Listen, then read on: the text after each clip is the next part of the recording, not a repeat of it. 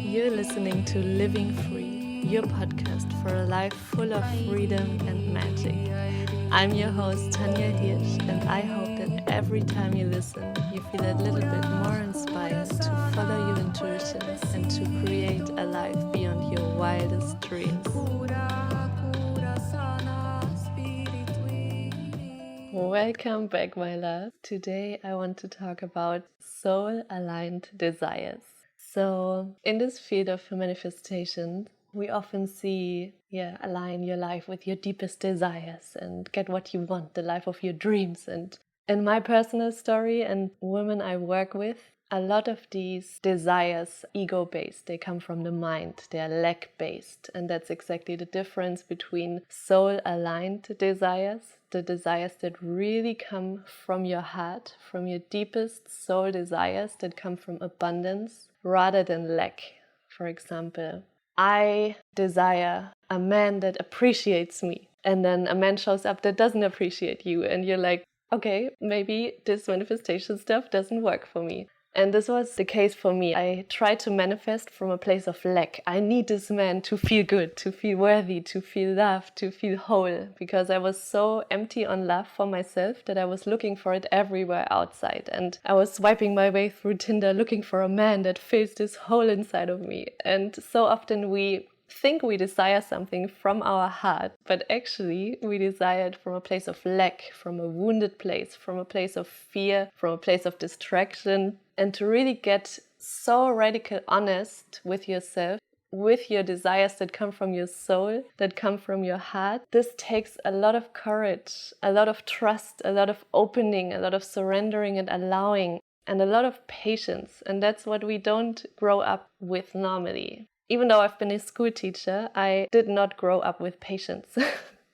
I want it now. If I know what I want it now and immediately. And if it doesn't show up, I'm taking control and try to manipulate it. And this doesn't align with heart desires. So if you have a desire to be in a loving relationship, if you want to have $1 million on your bank account, if you want this house or this boat or whatever it is, I invite you to ask yourself, really honest, does this desire come from lack, from needing it, from a place of, I need this to feel good, I need this house to feel good, otherwise I still feel unworthy, I still feel like I don't deserve it? Or does it really come from an open heart, from an open space in your body where you can allow it to come into your life? So I invite you to really, really look within you, and whatever it is that you desire, does it come from a place of lack or does it come from a place of abundance? Do you know you're already whole and grateful? And even if you don't get it, you still feel worthy, you still feel whole, you still feel lovable, you still feel abundant.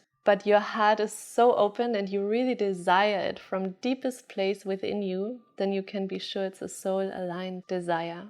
And if we have these desires, most of the time there's a lot of fear involved, right? So if we want to manifest this man in our lives and we've been hurt in the past, it's like this fear of being hurt again. So I rather keep my heart closed and just tip my toe to see if it's safe. I want to prove that he doesn't betray me, that he doesn't abandon me. So I feel safe to open. But that's a mismatch to your desires. If you desire to receive this man that makes you feel cherished, that makes you feel loved, that makes you feel worthy, that makes you feel so fucking beautiful, then you have to find these things within yourself first. You have to give these things to yourself first before you become a match to receive it. So if you run around and say, I want this, I need this, and then you don't attract it, then you can start looking deeper. Why do I need this? What part of me doesn't feel worthy of that? Where am I afraid to fail, to be seen, to be heard? What part of me am I not allowing to be seen? Because I feel if someone sees that, then I'm again not lovable and not worthy of my desires. And there's a lot of things that can come in this if you are trying to manifest something. There's a lot of fear of being judged if you really go for the job, you want to bring your passions into the world and you share your message with the world. There's a lot of fear that people you know and they know another version of you, that they might judge you.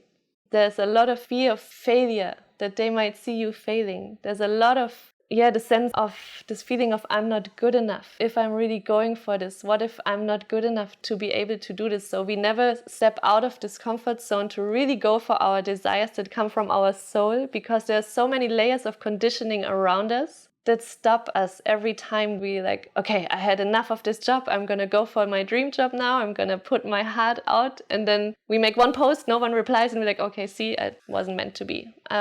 This is not for me. I tried it. It doesn't work. So we want the money back guarantee. You want that it works, and then we open, and then we trust, and then we surrender. But if you want your desires to become reality, your true desires, the ones that don't come from lack, the ones that come from abundance, from an open heart, an open body, it requires a lot of patience and a lot of trust that even if you don't see it yet, it will be there in the future, because you're planting the seeds today, you're watering the seed, you're doing everything to become the version of you that becomes a match to your desires. And I'm going to share a few stories, or maybe just one today, of where this shows up, because sometimes we think we've done the healing work, I did the deconditioning, I'm free of my limiting beliefs, and then we get triggered again and we're like, what is this shit? I healed this, like I forgave my mother, why is this showing up again?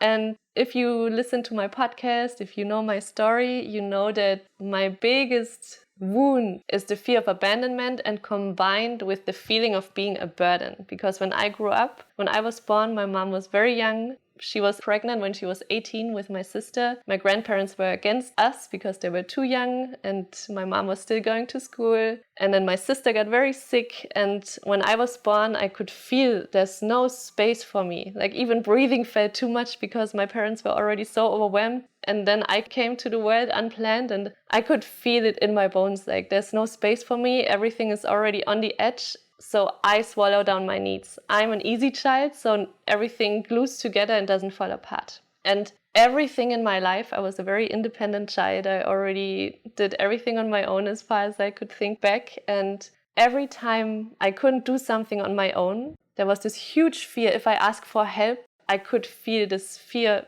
this feeling of being a burden again.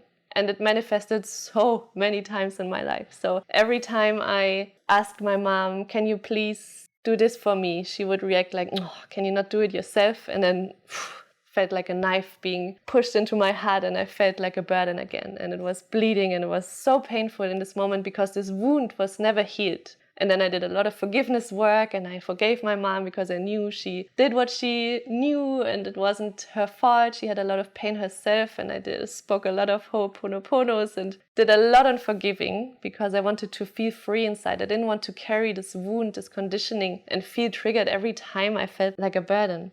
So there was a moment, it was 1.5 years back when I came from Bali. So I was away for 5 months. I came back. And I sent all of my letters to my parents. And the only thing I asked her is to send me the letters because I needed to send them to my insurance to get the money back, blah, blah, blah. And I asked her once, and she said, she's too stressed with work. She will do it when she's on holiday. Okay, so I waited a few days into a holiday, and I called her again. And she said, well, we're working on the house. I don't have time for this. If you want something, you have to come and get it. Like, not everyone is running after you. And I was so shocked in this moment, like I couldn't even reply. I just hung up and tears started rolling down my cheeks. My wound was not even a knife. It felt like 10 knives being stabbed into my chest, and this wound was exploded open, and I just cried and sobbed. And I was like, how can my own mother behave like this? And I felt so unlovable and so unworthy, and it felt really, really painful. And I realized there's some part of me that still didn't receive the healing, even though from my mind I thought I've done all the healing work. And then my dad called 2 minutes later. I swallowed down my tears. I tried to talk, and he said, what's your address? I'm going to send you the letters. So he did it behind her back. He sent me the letters. And that's so metaphoric for the whole relationship system in our family. So this was a moment I knew I had to dive deeper. And then I dove even deeper and forgave more and did a lot of inner child healing. And I thought, now I released all the expectations to my mom. I can give what I needed back then to myself, and I'm healed now. 1 year later, it was exactly I think it was like 2 weeks before I flew to Moorea. And everyone who follows my journey knows I didn't know how long I'm gonna be here. I sold everything I own and everything except 2 boxes with my tax folders and an emergency warm clothes box. So this was my goal, to release everything. Even though I've never been to Moorea, my soul just knew that this is where I belong. So I didn't want to keep my apartment like I did the years before when I was traveling. I really wanted to see if this is the life that is calling me. So I put everything into 2 boxes and organized everything on my own. And then I asked my parents to pick up the 2 boxes. And this would have also been my goodbye, saying goodbye to them for the last time for who knows how long. I didn't know that I'm coming back next year. So it was almost 2 years, but no one knew how long I'm going to be gone. And then I think it was 2 weeks before my flight, I got an email, your flight has been pre-scheduled 4 days. And I was like, what? No, this is not possible. I need this flight because my parents were on a caravan trip through Europe. So I knew they wouldn't be amused, but I told them, like, can you please pick up the boxes 4 days earlier because my flight just got pre-scheduled and it's out of my control, but it's the last time we can say goodbye to each other. And they said, oh, I don't know. I don't think so. I don't think we can, like, our month-long trip, we can't make it shorter 4 days because it's our only holiday in the year. And again, this wound was so open. I was like, how can they do this? You know, we won't see each other for maybe years and they can't even, take 4 days less on the holidays. And I was so in pain and I was crying and I was like, my own parents don't even love me. No one loves me. And then in this moment where I was on my knees sobbing, I was like, I'm done feeling this way. I don't want to feel this way. If something happens on the outside that I feel like I don't belong, I'm not lovable, I'm so in pain. So I made a choice in this moment. I made a choice that I deserve more from an open space. I was done hiding my pain. I was done feeling this way. And I was done abandoning the part of me that felt this way. So I dove even deeper into my healing journey. And then I realized everything I've done to this point, all the healing I did on my inner child, all the healing I did on the parts of myself that felt unlovable, was from an adult perspective. I tried to reparent my child from an adult perspective. And that's an important part. But I didn't realize I wasn't actually releasing the pain from my child. I was trying to release it from my adult self. But the one that's feeling the pain, the one that gets triggered in this moment, isn't your adult self, it's your younger self. And for me, this was a lot in my first year of life and the hardest to access. But every time I got quantumly back into these moments where I could really feel the pain of this baby and release it from this baby and not from my adult self, like, okay, I'm sad, I'm crying, I'm giving my baby the love that it needed and deserves, and I make it feel safe. But I felt and expressed the pain and I allowed my body to take over. And that's the magic. You don't have to know. It doesn't have to make sense what you're doing. You don't have to know, okay, now the next step on my inner child healing is this part. Your inner child knows exactly what to do. And there was a lot of crying, a lot of screaming involved, a lot of also speaking, even though if she was not able to speak that, and I gave her a voice to express what wasn't fair to her in that moment. All the things she took on from this point of view, that there was no space for her and she felt like she had to swallow down her needs to be able to fit in. And every time she asked for something, she was afraid that it will be too much and everything will be out of place. So she learned her whole life to take herself back, to keep herself small, to please everyone else, to not even be connected to my feelings. And this was such a game changer when I really released the pain, these stuck emotions from the version that felt the pain, where it got stuck in the first place, and not from my mind or from my adult self. And that's the most powerful transforming work that you can do on yourself. And that's also when everything changed. Only when I could finally see the goddess in me. I always looked at women that were so beautiful and radiant. I was like, oh, I want to be like her. I want to be like this woman. I want to glow. I want to shine. I want to be like her. And when men looked at their women like they are goddesses, I was like, oh my God, I want my man to look at me like this. I desire this. I wasn't jealous. It was more like this soul-aligned desire. I knew this is who I was on a soul level, but all this conditioning, all these layers around kept me from seeing my beauty, my radiance that comes from within, from seeing my wholeness, my love that was already inside all along. So when I really dove into this and I nurtured my own garden and I nurtured my inner child and I nurtured all these past versions of me that felt unlovable, that didn't feel like they deserve love, they deserve appreciation. Only when I saw that within me, that's when everything shifted and I attracted people into my life that value me, that see the beauty in me, that see the radiance, that treat me like a goddess, like the queen that we all are deep inside, but that at some point we pushed far, far away because it was not safe to show this version. It was not safe to be this version. So we started thinking we are a smaller version and that's who we are and we don't need much. And we don't, I always thought I'm an easy woman. I don't need much validation. I don't need many things. I don't need my man to do anything for me, until I realized this was just a little girl that was afraid that if she asks for something, it will be too much and everything will be chaotic and the whole system crumbles in her family. This was not my adult version thinking, oh, I don't need a gift for my birthday. I don't care. It wasn't me. It was my inner child. It was like not feeling worthy of receiving this. So only when I dove really, really deep to the bottom root cause, that's when everything changed. And this is what I desire for every single one, because it doesn't matter if you want to call in your man, if you want to call in the career that you truly desire, if you want to call in the money that you desire. If it comes from a lacked place, it's like a repellent for your desires. This is the law of manifestation. If you try to fill a hole inside of you and you want this man to fill this hole, to give you the love that you couldn't give to yourself and that you didn't receive as a child, then you will repel this man. Big time. That you really desire. You will attract a lot of men that have a lot of trauma bonding with you and that you will repeat your own patterns until you really go to the root, but you will not attract the man that you truly desire. And also with the money, if you feel like, I need this money and so many people in my program and I need this to feel worthy and to feel good, and if I don't, then I'm not worthy. If everything is externalized, then you push away your desires. And if you come into wholeness, if you come into abundance, if you feel you're already whole, you're already confident, you're already beautiful, worthy, and full of love from the inside, that's when you attract it.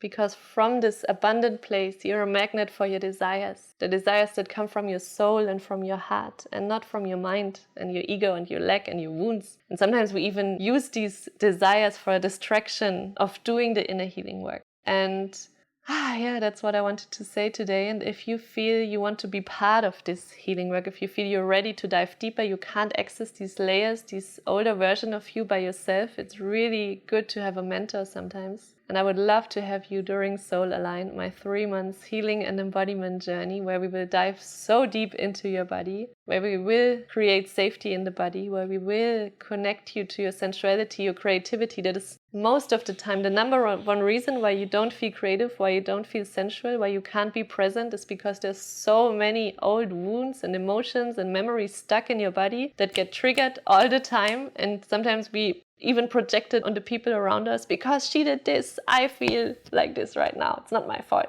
But it's our wounds that just want to be seen, that just want to be integrated. And that's the work we will do. So safety in the body, connecting to your sensuality, reclaiming your power from within, not on anything externally, your own power, your own light. We will open your heart. We will shed the layers, the de-armoring your heart that were built around your light. We will activate your voice. We will have a beautiful woman doing a voice activation, and she will also share the yoni throat connection. She's a beautiful, beautiful human being. You will connect deeper into your body and with your intuition, with your body's wisdom. You will know what's true to you, so you don't look for the validation, for the love, for the things outside of you, and you can become a magnet for your desires from a whole, healthy and abundant place, and not from a place of lack and distraction and woundedness. So if this is calling your name, I can't wait to read your message. I will link the application in my bio so you can send me a message, and I would love to have you.